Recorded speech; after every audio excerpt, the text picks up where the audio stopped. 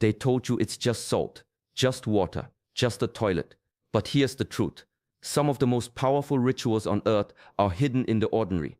Not in temples, not in chants, but in the moments no one else sees. When you drop salt into the toilet, you're not casting a spell, you're making a choice to let go, to cleanse not just your space, but your state. For centuries, monks, warriors, mystics all understood this. Salt absorbs what the mind holds onto. In ancient Shaolin training, before meditation, before movement, there was always purification, not just of the body, but of intention. Salt water, flowing, releasing. This is not superstition, it's sacred psychology, a language older than words. You're not just flushing a substance, you're flushing a pattern. In this video, I will show you how a small silent act done with focus can shift the energy in your home and in your life. We'll break down the ancient symbolism of salt, the meaning of water as a spiritual gate, and how to combine intention with movement to break what people call curses, patterns of pain, fear, and repetition. Stay with me until the end. Because this isn't about one act, it's about a way of living, a way of remembering, and the moment you begin to practice it daily, you'll feel the shift, not outside, within. You're not powerless, you're just untrained, but training begins now. Welcome to Shaolin Soulfire. Subscribe to walk this path with us. Most people think the body is where release ends. But in Shaolin, we know the body is only the surface. Real release happens deeper, where thoughts gather, where emotions stick, where silent stories run on repeat. Every day, you flush away what your body no longer needs. You never question it. You don't hesitate. Waste is waste. It doesn't belong inside. But how many people keep emotional waste inside for years?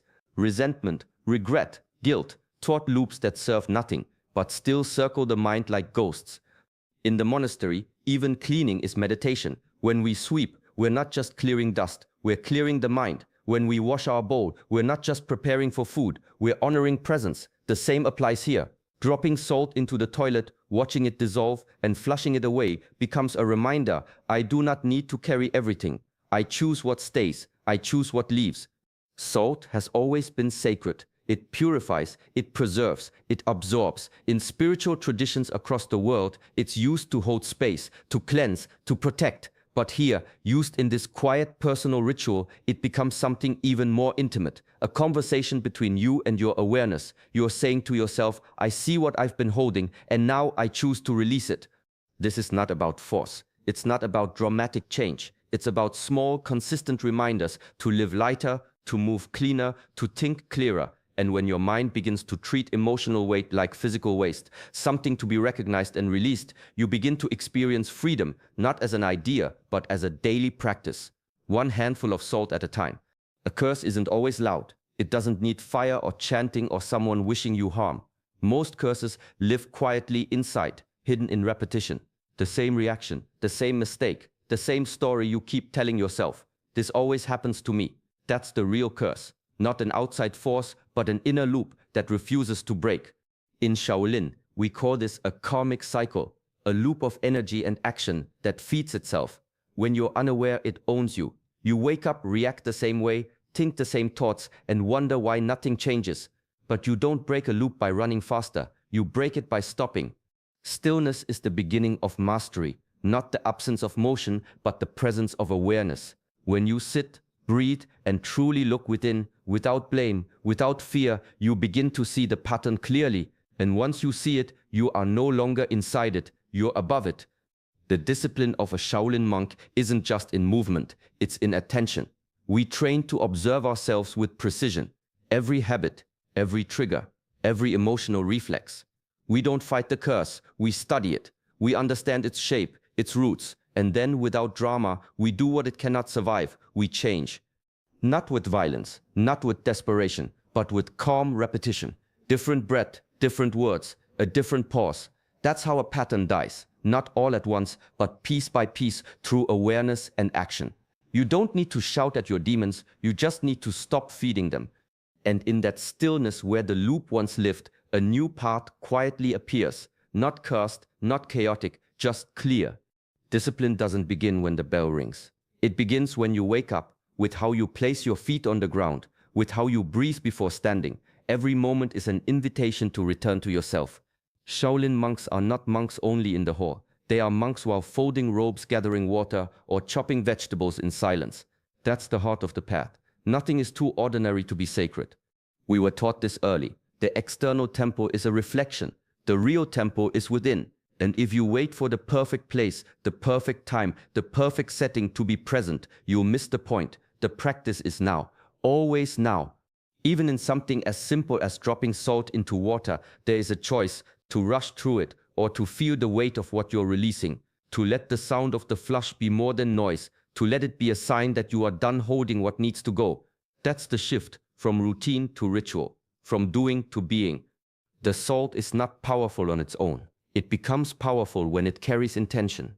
The water is not holy on its own. It becomes holy when you meet it with full attention.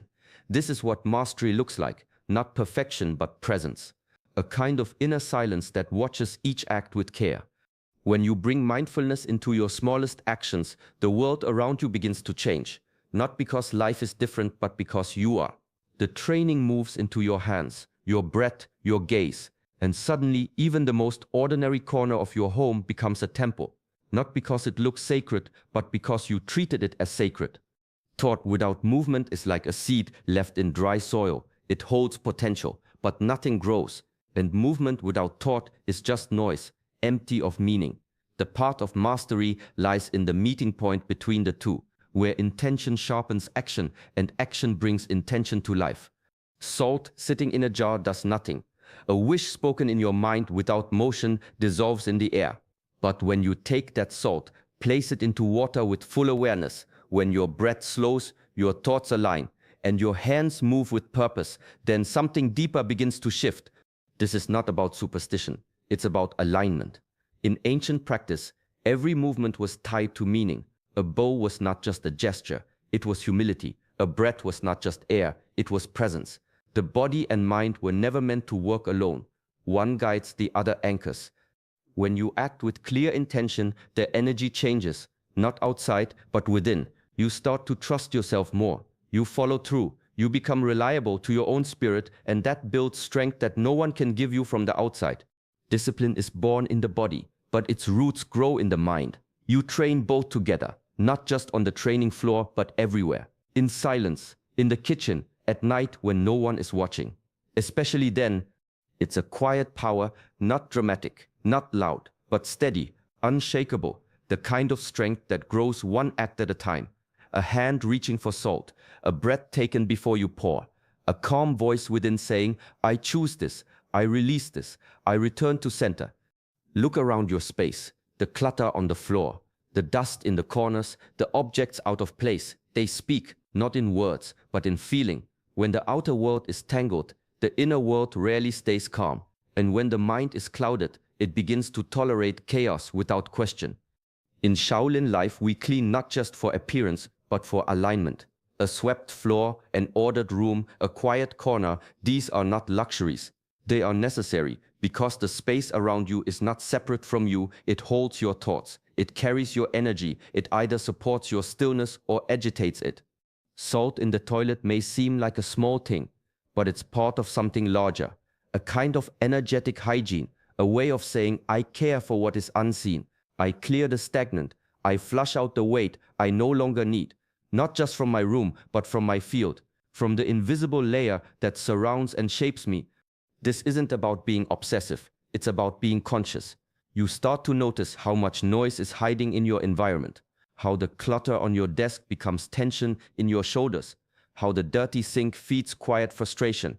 It's all connected, and once you see it, you can no longer ignore it. So you clean, not just to make things look better, but to feel clearer. You open space, not just in your home, but in your heart. You invite calm in by removing what doesn't belong. And when you do this regularly, when care becomes rhythm, your environment stops pulling you down. It starts lifting you, supporting your path, reminding you quietly, peace is not found, it is created, one space at a time. Freedom isn't something you reach once and keep forever. It's not a mountain you climb, plant a flag, and call it done.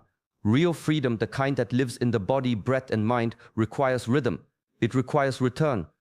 In Shaolin, nothing is practiced once. We breathe, move, sit, observe again and again. Not because we forget, but because we understand Clarity fades when not refreshed. Dust settles, patterns creep back in. The mind left unattended returns to old noise. That's why discipline matters, not for control, but for liberation. Cleansing is no different. You can't pour salt in water once and expect to be clean for life. You can't release a heavy thought once and believe it won't return. You flush, you let go, and the next day you do it again, because the world keeps moving, emotions rise, thoughts stick, life shakes you. So you train yourself to reset, not with effort, but with rhythm. This is the heart of mastery. Not dramatic change, but steady return. Like waves smoothing a stone, like breath softening the body. You become lighter, not because the world changes, but because you've learned to release consistently, consciously, calmly. Some days it's a small release, a single breath, a handful of salt, a quiet pause before speaking. Other days it feels deeper, like you've poured out something old and hidden. But the key is to keep showing up, to meet yourself daily, to trust that each act, though small, is part of your transformation. In this rhythm, you stop chasing freedom like a prize. You start living it as a practice, as a choice, every day. When fear rises, most people reach for distraction, noise, movement, anything to not feel the discomfort. They turn on music, scroll, talk, escape. But in doing so, they push the darkness deeper, where it waits, where it grows. Shaolin teaches a different way. When the mind is storming, when emotion swells, when something bitter rises from within, the instruction is simple: sit, be still, breathe, do not run from it, do not wrestle it, just let it rise fully and leave. This goes against what we've been taught, that problems require fixing, that pain must be avoided. But not all healing is loud. Some of the deepest cleansing comes in silence. When you allow the mind to settle, when you stop feeding the story, when you observe the darkness without judgment, it begins to dissolve on its own. Salt, in this practice, becomes a symbol, a container for what you're releasing, a way to name the poison and flush it from your space. But remember, salt is a tool, not the answer. The answer is always presence, stillness, the quiet courage to stay with yourself when things feel heavy. There is power in not reacting, in not needing to scream, explain, or control. That stillness, calm, grounded, alert, is what transforms you. Not all at once, but moment by moment, as you teach your nervous system, we don't need to run, we don't need to fight, we are safe here. And so you sit. You breathe, you let it rise, you let it go. Not through force, not through drama, but through discipline, through presence, through silence strong enough to hold the storm without being shaken. The real curse is not outside of you. It isn't someone's words or some unseen force chasing your steps. The true curse is forgetting who you are when the noise gets loud, forgetting your breath when fear creeps in, forgetting your path when comfort calls louder than truth. It starts slowly. You skip your practice. You rush through the day. You silence that small voice inside that knows better. And over time, the distance grows between you and your discipline, between you and your deeper self. That's how the curse takes root, not through magic, but through neglect. But here's the thing, it's reversible, always. One moment of remembrance can pull you back. One breath, one act of presence, one quiet ritual, done with full attention, can reconnect the broken thread. This is why rituals matter, not because they hold power by themselves, but because they remind you of your power. Salt in water, a bow before sitting, a silent pause before you speak. These are signals to the mind: come back, wake up, be here. In ancient practice, remembrance was everything. That's what discipline is. Not punishment, not control, but memory. The body remembers how to move. The breath remembers how to calm. The spirit remembers its part. And when